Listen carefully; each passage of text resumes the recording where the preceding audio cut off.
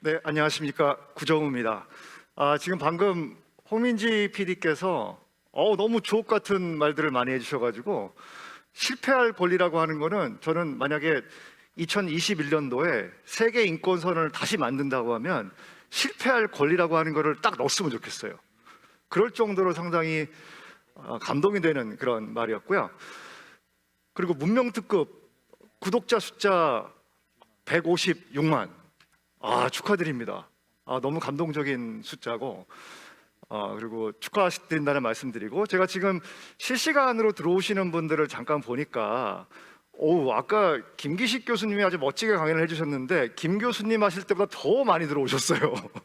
그래서 상당히 놀랍고 감사하다는 말씀을 드립니다. 이게 저 아침부터 와가지고 오늘 쭉 공부를 많이 했는데, 제가 이렇게 오랜만에 공부를 되게 많이 했어요. 제가 올해 교수 13년 차거든요. 근데 이렇게 공부를 많이 한 건 되게 오랜만인데, 근데 좀 이렇게 피곤함을 느낄 즈음에 또 이렇게 주옥 같은 말씀을 해주시니까 너무 제가 에너지가 솟는 것 같은 그런 느낌이 들어서 너무 좋습니다. 자, 오늘 이 자리에 늦게까지 계시는 분들이, 많은 분들이 MZ세대이신 것 같아요. 모르긴 몰라도 아마 뒤에 보신 분들도 아마 그렇지 않을까. 대부분 40대를 안 넘을 것 같은 생각이 드는데, 다 지금 다 젊어 보이시고 그러시는데, 오늘 제가 말씀드릴 부분은 이제 MZ세대를 키워드로 해서 말씀을 드리려고 합니다. MZ세대와 기성세대 세습 구조를 극복할 마지막 방법은, 좀 거창하죠. 근데 제가 무슨 거창한 답 있는 건 아닙니다. 너무 기대 많이 하지 마시고요. 코인뿐인 희망. 자, 여기 보시면 기안84 복화광 다들 아시죠? 언제 다 끝났잖아요. 근데 거기 보면 인류의 미래라고 하는 그 편이 있습니다. 인류의 미래에 보면은 이 두 인물이 나오는데, 한 명이 김두치, 여성이 봉지은입니다. 김두치하고 봉지은은 서로 연인이었어요. 근데 갑자기 봉지은이 배신을 때려서 김두치의 친구랑 사랑에 빠진 거예요. 그래갖고 잘 발전해가지고 결혼까지 한 거예요. 그래서 결혼식장에서 결혼하는 장면입니다. 근데 갑자기 김두치가 나타났어요. 근데 그냥 나타난 게 아니고, 보시는 것처럼 달팽이를 등에 지고 나타났어요. 달팽이를 등에 지고 달팽이 반, 인간 반, 이런 모습으로 나타났죠. 그러면서 나누는 지금 대화입니다. 야, 김두치왈, 설마 집도 없이 결혼하려는 거야? 봉지은왈, 둘 다 직장이 있으니 일해서 살 거야.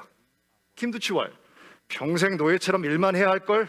집값은 하늘을 뚫었고 노동의 가치는 바닥에 떨어졌잖아. 자, 이렇게 얘기하면서 갑자기 김두치가, 전 깜짝 놀랐어요. 봉지은을 확 빨아들여가지고 이 등딱지로 들어갑니다. 그거를 자웅동체라고 하나 봐요. 이 달팽이는 암컷과 수컷이 없는 생물이래요. 그래서 같이 사는데, 이게 두 가지 장점이 있습니다. 첫 번째는 뭐냐면 아파트가 필요 없어요. 등딱지에서 살면 되는 거예요. 두 번째는 밥이 2인분이 필요가 없어요. 1인분이면 족합니다.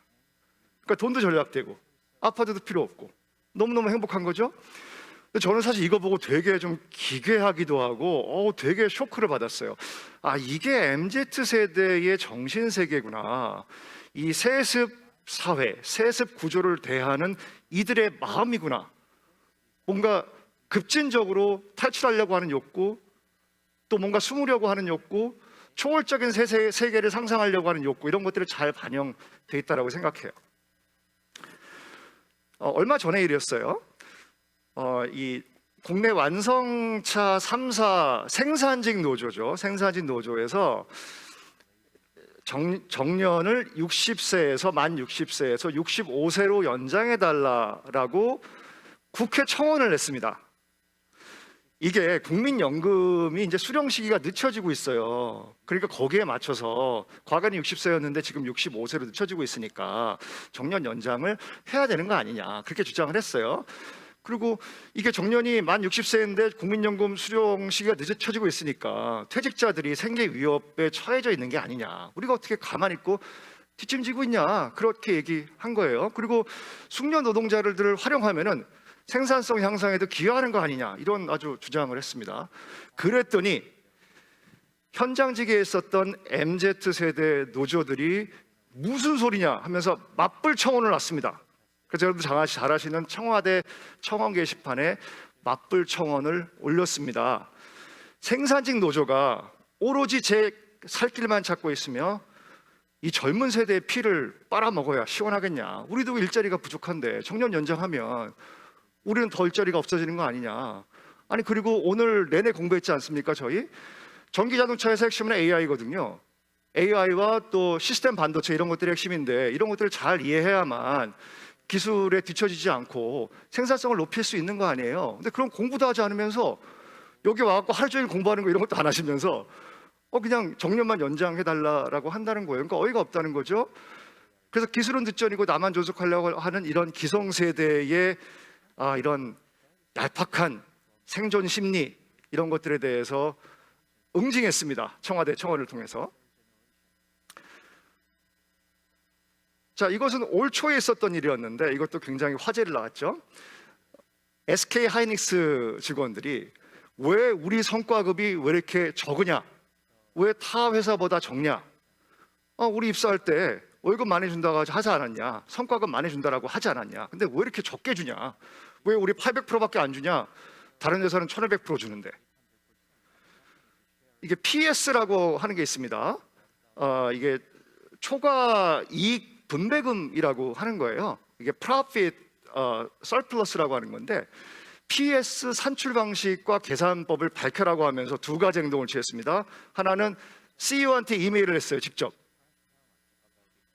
산출 어떻게 했냐? 밝혀. 포뮬라를 밝혀. 첫 번째. 두 번째는 차내 게시판에 올렸습니다. 게시판에 올려서 이거 말도 안 된다. 이거 공정하지 않다. 계산법 뭐냐? 포뮬라 밝혀라. 이렇게 했던 것이죠. 그러면서 또 하나 했던 게 뭐냐면 여러분 블라인드 아시죠? 블라인드에서 이제 익명 게시판인데 거기에 직장인들이 많이 글을 올립니다. 올리면서 이제 온갖 얘기들을 하잖아요. 근데 거기서 무슨 일이 벌어졌냐면 실제로 SK 하이닉스에서 많은 직원들이 삼성전자로 옮겼어요. 그러면서 삼성전자의 사원증을 사진으로 찍어가지고 올린 겁니다. 그게 이제 일종의 캠페인이 됐어요. 난리가 났죠. SK 하이닉스에서 주가 떨어져서 죽겠는데, 그죠? 인기도 팍팍 떨어지고 있는 거예요. 자, 여기 대해서 최태원 회장은 상당히 의연하게 대처를 했어요. 어떻게 대처를 했냐면 SK 하이닉스를 통해서 받은 월급을 전부 다 환원을 했습니다. 그래서 MZ세대 직원들한테 나눠줬어요. 그런데 이런 얘기도 덧붙였어요. 사실 내가 먼저 공감대 형성을 했었어야 됐다. 근데 공감대 형성을 못했다. 투명하지 못했다. 이런 자책을 하면서 환원을 했습니다. 나름대로 잘 정리한 걸로 저는 판단이 되는데요. 자, 또 요즘 MZ세대 상당히 흥미로운 또 족적을 남기고 있는데 그 중에 하나가 뭐냐면 스텔스 이직입니다. 여러분들 커피챗이라고 아시나요? 커피챗. 요즘 온라인 구인 구직 사이트가 굉장히 각광을 받고 있잖아요. 온라인 구인 구직 사이트입니다. 근데 이게 상당히 흥미로운 게 뭐냐면 줌을 바탕으로 해요. 줌을 바탕으로 하는데 화면이 안 나와. 그러니까 이렇게 부담 갖지 않아도 돼요. 저도 수업하다 보면 학생들이 얼굴이 안 나오면 굉장히 답답한데 학생들은 얼굴을 보이는 게 되게 부담스러운 거예요. 그래서 저도 이렇게 하기도 못하고 저렇게도 하지도 못하고 좀 당황스러울 때가 있는데 커피챗은 얼굴을 내볼 필요가 없습니다. 그냥 줌을 통해서 내가 원하는 시간과 장소에서 10분 단위로 현직에 있는 사람과 함께 대화를 할 수 있는 거예요. 그러니까 내가 옮기고 싶은 직장에 처우라던가 근무 조건이라던가 뭐 월급이라던가 이런 것들을 알게 되는 것이죠. 5분에 4,000원이라고 합니다. 얼마나 싸요? 과거에는 어땠습니까? 과거에는 한번 줄 한번 대보려고 그 회사에 대해서 좀 정보를 얻기 위해서 뭐 지연, 학연 모든 걸 동원해 가면서 그 사람 만나서 밥 사주고 술 사주고 그 정보 얻으려고 했었죠. 지금은 그렇게 할 필요가 없는 겁니다. 얼마나 좋습니까? 자, 반면에 기성세대 입장에서 봤을 때는 이런 이직 열풍을 도무지 이해할 수가 없어요. 저도 이제 저희 회사에서 13년을 했지만 저는 뭐 하여튼 한 30년 정도 받고 들어왔어요. 저도 상당히 블레스드, 이 축복을 받은 사람 중에 한 사람인데 늘 감사하게 생각하고 있는데 저희 세대만 해도 20년 근속, 30년 장기 근속 이런 것들이 되게 좋은 걸로 일을 되게 잘하는 것으로 성취를 한 지표로 여겨졌습니다. 그래서 근속 감사패를 받으면서 전년 퇴직해야 되지 않느냐. 근데 너희들은 왜 그러니? 왜 자꾸 옮기니? 이런 의구심을 갖는 겁니다. 너희들 일하고 덕질을 혼동하는 거 아니야? 이렇게 또 꾸중을 하기도 합니다. 그렇지 않죠? 자, 기성세대와 지금 세대, MZ세대 간의 어떤 차이점들을 여러 가지 각도에서 볼 수 있는데, 저는 사학자하고 또 정치사학 이런 쪽에 관심이 많다 보니까 이 공정에 대해서 이 두 세대가 어떤 관점을 갖고 있는가, 이런 데 관심이 많습니다.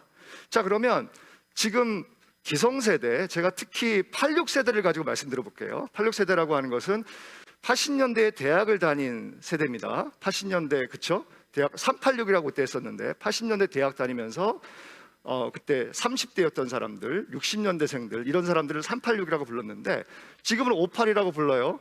그 이유가 뭘까요? 30대가 아니고 이제는 50대가 됐기 때문에 586이라고 부릅니다. 자, 86세대가 보는 공정이라고 하는 것은 분배주의적인 공정성입니다. 그건 뭐냐면 결과의 공정을 추구하는 거예요. 결과의 평등, 이것이 정의를 실현하는 길이다. 이것이 공정한 것이다. 이렇게 생각을 하는 겁니다.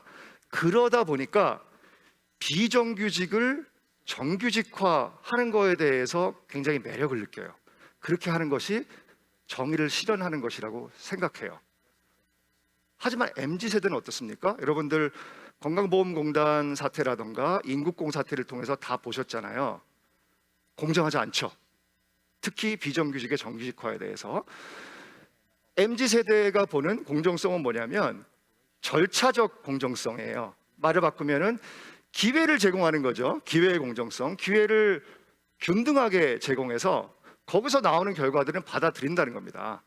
손흥민이 열심히 일해서 축구 천재로 유럽 리그에서 활약하고 있는데 그 친구가 1,000억을 받는 것에 대해서 누가 뭐라고 합니까? 그렇죠? 절차의 정의를 실현을 했고 절차적인 투명성을 지키면서 그 높은 곳에 올라간 것이기 때문에 반발하지 않는 겁니다. 그러면서 조직보다는 나라는 생각이에요. 이걸 조직으로 적용시켜 보면 이런 공정성에 대한 태도라고 하는 것이 아까 홍 PD님 말씀하셨지만 나는 조직에 충성하지 않는다. 그렇죠? 나는 나한테 충성한다. 내 미래에 충성한다라고 하는 겁니다. 그러면서 상당히 달라요. 기성세대랑 MZ세대가 바라보는 공정성, 그다음에 좋은 직장에 대한 태도가 많이 다릅니다. 제가 지금까지 조금 이제 세대 간의 이제 차이점들, 그리고 특히 산업계에서 있었던 그런 세대 간의 갈등, 이런 부분들을 말씀을 드렸었는데 그 기원을 좀 찾아서 올라가 보면 제 생각에는 이 세대 갈등이라고 하는 게 하루아침에 나온 게 아니에요. 상당히 오랜 시간 이어져 왔고 한 10년 이상 누적이 되어 왔는데 그 강력한 움직일 수 없는 증거가 뭐냐면 저출산입니다. 저출산 문제 지금 되게 심각하잖아요. 작년에 0.84라고 하는 거 아닙니까? 전 세계 단연 1등이죠. 뭐 금메달이 아니라 이거는 뭐 다이아몬드 메달을 줘야 할 판이에요. 확실하게 1등이기 때문에. 근데 2021년도는 더 낮아질 거라는 것이 많은 전문가들의 예측입니다. 서울은 이미 0.7대를 기록하고 있습니다. 근데 이 기원을 찾아가 보면은 10년 전으로 거슬러 올라가 봐야 돼요. 10년 전에 30대 초반 중반, 지금은 40대 초반 중반이 됐겠죠. 이분들을 이케아 세대라고 부릅니다. 이케아 다들 좋아하시죠? 저도 미국에서 유학할 때 이케아 가구 살려고 가서 막 사갖고 와갖고 막 조립하고 이랬던 기억이 있거든요. 근데 되게 예뻐요. 그 북유럽 그 가구 디자인이 되게 예쁘잖아요. 그 아키텍처 이런 거 굉장히 발전했고, 근데 가격은 되게 싸요. 그래서 많이 애용을 했는데 그것처럼 이케아 세대도 교육 수준이 굉장히 높아요. 그리고 문화적인 소양이 굉장히 높아요. 근데 가격이 싸. 그죠? 노동력에 대한 대가를 적게 받는 상황이라는 것이죠. 그래서 그런 의미에서 이케아 세대라고 부르는데 이케아 세대 때 처음으로 연애, 결혼, 출산을 포기하는 3포 세대가 등장했습니다. 지금은 MZ 세대가 이 바통을 이어받았죠. 근데 더 심각해졌어요. 왜 그런지 아세요? 코비드 19, 코로나를 만났잖아요.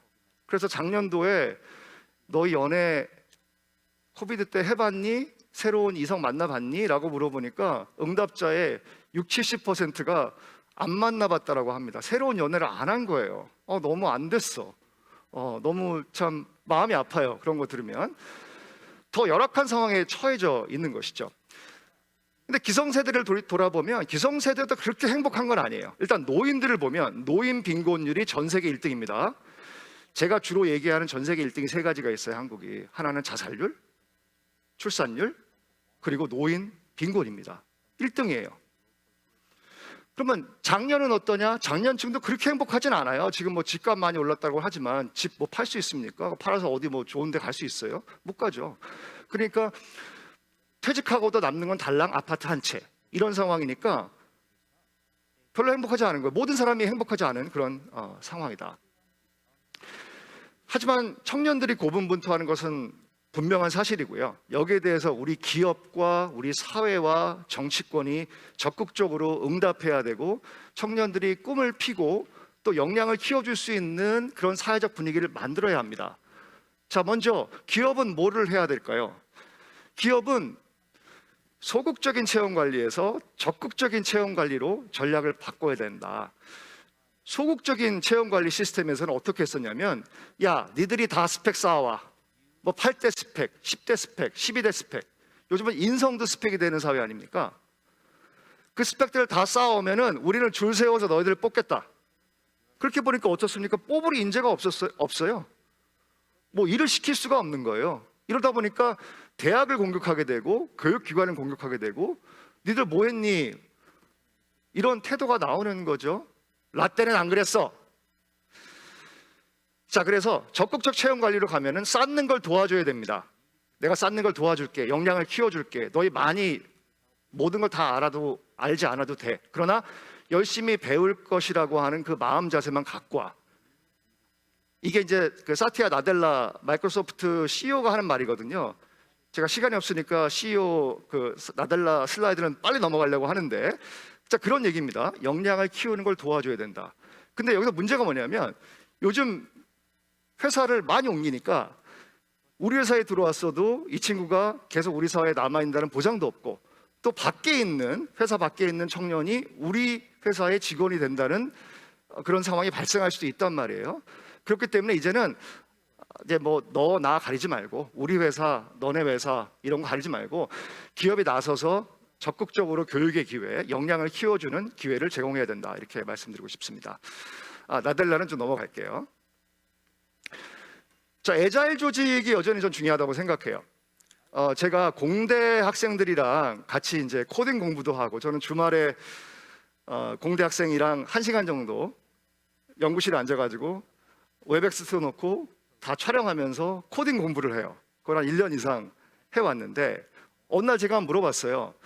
야, 너 졸업해가지고, 제가 금융권에서 강연할 일이 있어갖고 W 뭐 그 기업인데, 은행인데 너 거기 가서 취업하면 어떠니? 석사 과정 학생이었거든요. 그랬더니 자기는 안 한다는 거예요. 거기 가면은 내가 하는 걸 이해를 못 해줄 것 같다라는 겁니다. 그렇죠? 나를 키워줄 것 같지 않다. 그럼 너 어디 가고 싶니? 카뱅이요. 카카오뱅크 간다는 거예요. 그렇죠? 자, 그런 것처럼 소통, 협력, 빠른 대응을 중심으로 하는 애자일 조직으로 바꿔야 됩니다. 그래서 혁신 인재들, 제가 말씀드렸던 IT 인재들, 또 혁신적인 역량을 갖춘 젊은이들이 옮겨갈 수 있는, 즐겁게 일할 수 있는 그런 분위기를 만들어야 되고, 그 만드는 일환으로 애자일 조직을 생각해 볼 수 있습니다. 자, 이제 두 가지 제가 말씀드리려고 하는데요. 마지막으로 첫 번째는 우리 사회가 어떻게 해야 되느냐. 저는 알파와 오메가는 결국에는 일자리라고 생각합니다. 근데 요즘 대선 후보들 토론하는 거 보면 일자리 얘기 너무 안 해요. 그렇죠? 상당히 답답한데, 어떻게 좋은 일자리, 안정적인 일자리 만들 것이냐 고민해야 됩니다. 자, 안정적인 일자리는 뭡니까? 세 가지가 중요하죠. 정규직, 중위소득의 3분의 2 이상의 소득을 얻을 수 있을 것, 저임금자가 아니어야 되죠. 세 번째, 4대 보험이 있을 것. 여기 하나 추가하면 노조가 있으면 금상첨화겠죠. 이런 일자리를 만들려고 그러면 여러 가지가 있겠는데, 공공주도형은 저는 잘못된 생각이라고 봅니다. 그리고 추격하고 번영하는 전략은 버려야 되고, 혁신하는 전략을 추구해야 되고요. 오늘 쭉 저희가 공부를 했지만 IT, 그리고 BT, 바이오 테크놀로지죠. LT, 라이프 테크놀로지죠. 그리고 재생 가능한 에너지, 이런 쪽에서 일자리가 많이 나와야 되고, 기업이 중요한 역할을 해야 됩니다. 세습 구조를 극복할 마지막 방법은 뭘까요? 저는 많이 기다렸을 텐데 제가 특별한 얘기를 하는 건 아니고, 저는 청년들이 실제로 정치권에 가서 의사결정을 해야 된다고 봅니다. 20대 국회, 30대 국회의원 숫자가 3명이었어요. 21대 국회, 지금 국회는 30대가 6명으로 늘었죠. 20대가 1명입니다. 7명이에요. 50대는 100명이 넘어요. 여당 64.5%, 야당 49.5%입니다. 50대가. 이걸 바꿔야 됩니다. 그래서 청년들이 실제로 의사결정을 하고 자신의 이해관계에 영향을 미치는 그런 지점에서 실제 권력을 행사할 수 있는 분위기를 우리 사회가 만들어야 된다. 그래서 오스트리아의 크루츠 총리 35세 여성입니다. 핀란드 마린 총리 36세 여성이죠. 프랑스 대통령 마크롱 취임했을 때 39세였습니다. 이런 지도자들이 많이 나올 수 있는 환경을 만들어야 된다라고 강력히 주장하는 바입니다. 예, 경청해 주셔서 감사합니다.